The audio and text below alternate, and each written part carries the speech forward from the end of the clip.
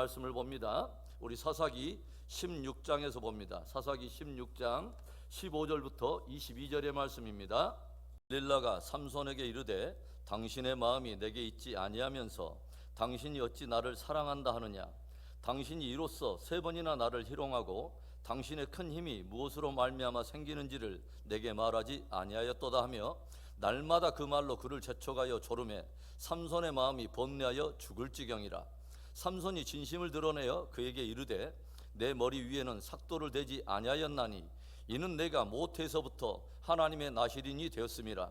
만일 내 머리가 밀리면 내 힘이 내게서 떠나고 나는 약해져서 다른 사람과 같으리라 하니라.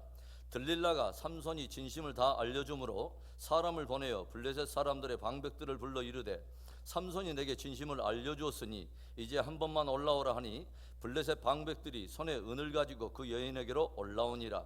들릴라가 삼손에게 자기 무릎을 베고 자게 하고 사람을 불러 그의 머리털 7가닥을 밀고 괴롭게 하여 본즉 그의 힘이 없어졌더라. 들릴라가 이르되 삼손이여 블레셋 사람이 당신에게 들이닥쳤느니라 하니 삼손이 잠을 깨며 이르기를 내가 전과 같이 나가서 몸을 떨치리라 하였으나 여호와께서 이미 자기를 떠나신 줄을 깨닫지 못하였더라. 블레셋 사람들이 그를 붙잡아 그의 눈을 빼고 끌고 가사에 내려가 놋줄로 매고 그에게 옥에서 맷돌을 돌리게 하였더라. 그의 머리털이 밀린 후에 다시 자라기 시작하니라. 우리들의 삶과 신앙은 끝까지 승리해야 합니다. 시작은 미약하고 보잘것없어 보일 수도 있지만 그 끝이 좋고 아름다우면 그 인생과 그 신앙은 승리한 것입니다.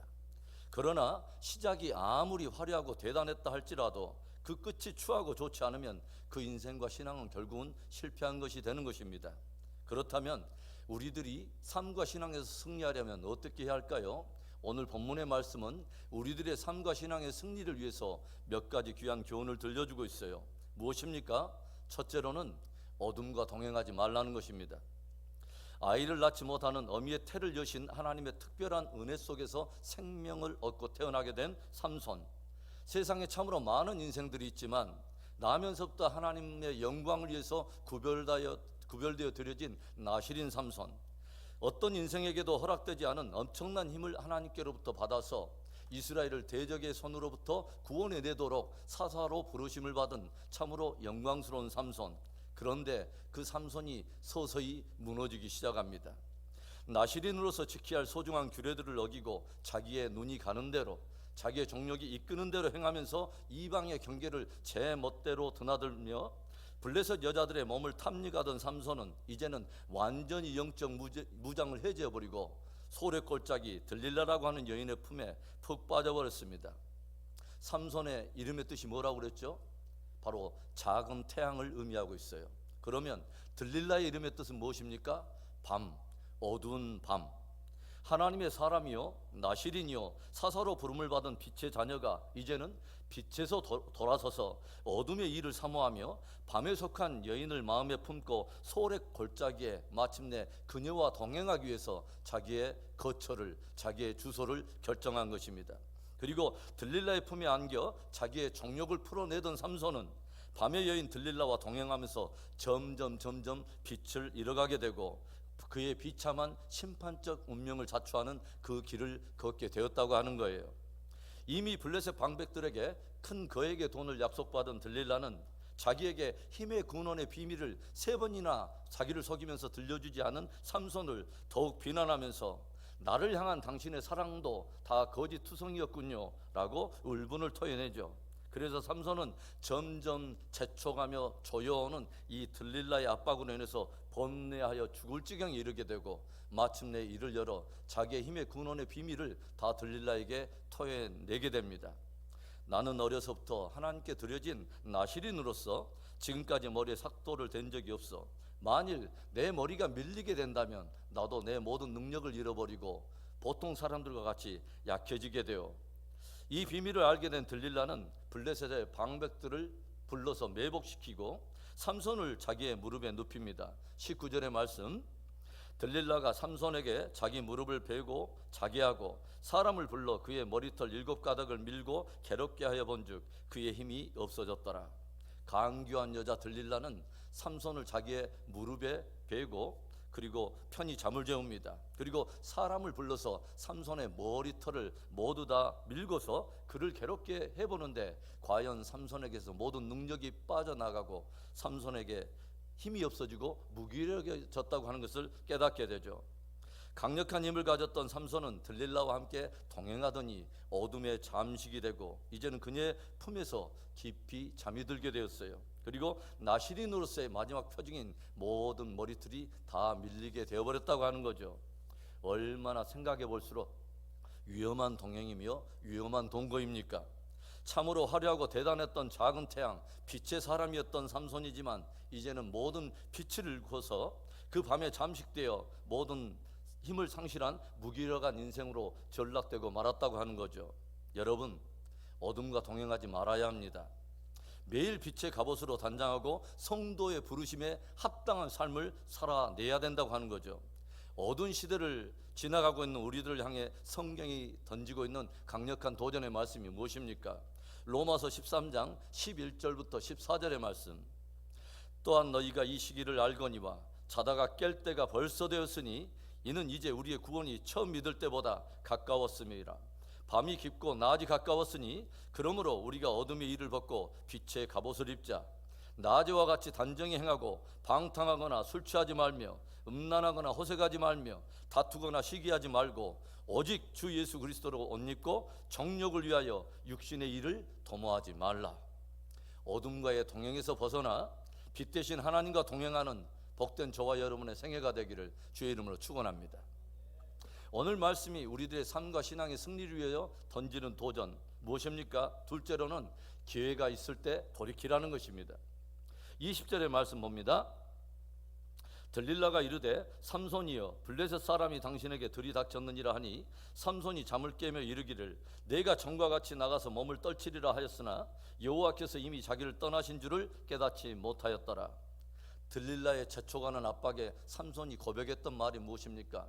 나는 나면서부터 하나님께 드려진 나시린이었소 라고 고백을 했죠. 삼손은 자기가 하나님의 특별한 은혜와 부르심의 그 은혜를 입은 나시린이라고 하는 그 정체성을 결코 잊지 않았다고 하는 거죠. 그럼에도 불구하고 삼손은 지금 이 시간까지 하나님께 헌신된 나시린으로서 살아온 것이 아니라 자기네 소견의 오름대로 정욕이 이끄는 대로 그렇게 살아왔다고 하는 거예요. 그리고 이제 나시린으로서 마지막 표징인 머리털까지 밀림으로 모든 나시린이 가져야 될 경건의 내용도 다 잃어버리고 마지막 남은 경건의 모양도 다 잃어버렸다고 하는 것입니다. 들릴라가 외칩니다. 삼손이여 블레셋 사람들이 당신에게 닥쳤소. 그런데 들릴라의 치마폭에서 푹 잠에 빠진 삼손은 자신의 머리가 다 밀려버린지도 모르고 부시시 일어나더니 내가 전과 같이 내 힘을 떨치지라. 두 주먹을 불끈 쥐고 또 그렇게 일어나려고 하는데 모든 힘이 다 사라져버린 삼손은 더 이상 아무것도 할 수 없게 되었습니다. 오늘의 이 비극적인 상황을 들려주고 있는 이 성경이 우리에게 들려주는 참으로 씁쓸하고도 두려운 기록이 무엇입니까? 삼손이 여호와께서 이미 자기에게서 떠난 줄을 깨닫지 못하였더라. 삼손의 머리가 밀리면서 더 이상의 경건의 내용도 경건의 모양도 다 사라져버린 삼손에게서 하나님의 영광이 떠났다고 하는 것이죠. 그런데 하나님께서 자기를 떠나게 된 그 순간까지도 삼손은 영적 무지 속에서 그 사실을 깨닫지 못하고 있었다고 하는 거예요. 그리고 이제 하나님이 떠난 삼손은 이제 블레셋에게 두 눈이 뽑히고 놋줄로 그 몸이 꽁꽁 묶인 채로 블레셋 이 원수들의 야유와 조롱 속에서 맷돌을 돌리는 비참한 신세로 전락되고 말았습니다. 스스로 나시린임을 알았기 때문에 정욕을 따라 경계를 넘어설 때마다 아마도 삼손은 그 양심에 찔림을 받았을 거예요. 기방을 출입하면서 기생과 동침하고 이제는 소래골짜기에 들릴라를 가까이 할 때 점점 자신의 영적 무장이 풀어지는 것을 보면서 영혼의 깊은 두려움을 느끼기도 했을 거예요.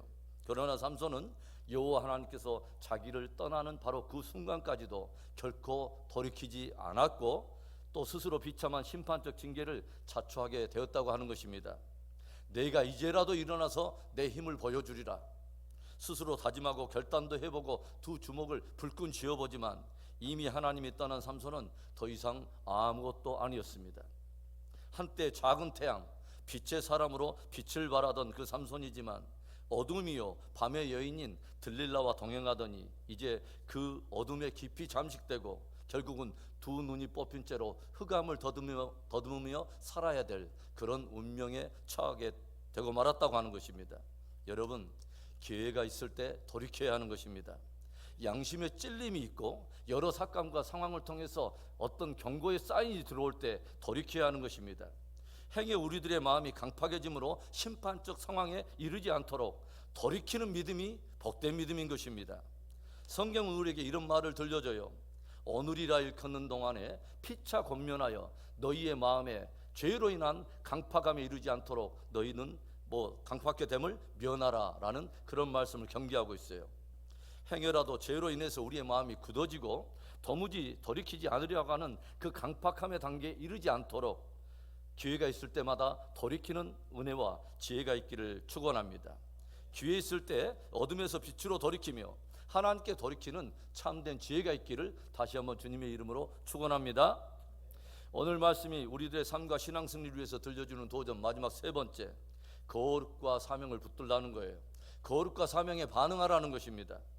소금이 제 맛을 잃으면 다만 밖에 버려져서 사람들에게 짓밟힐 뿐이라 들려주신 예수님의 말씀처럼 이제 나시린으로서 그 경건의 모양도 경건의 내용도 다 잃어버린 삼손은 이제는 밖에 버리워져서 블레셋 원수들에게 두 눈이 뽑히고 놋줄로 몸이 꽁꽁 묶인 채로 많은 사람들 그 원수들 앞에서 맷돌을 돌리는 그런 광대와 같은 삶으로 전락하고 만 것을 우리가 보게 되죠.